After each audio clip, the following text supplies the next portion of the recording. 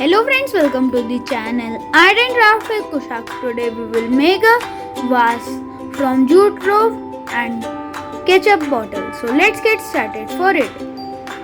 For this we require jute rope, ketchup bottle, fevicol and fluorescent paper and scissors. So let's get started for it.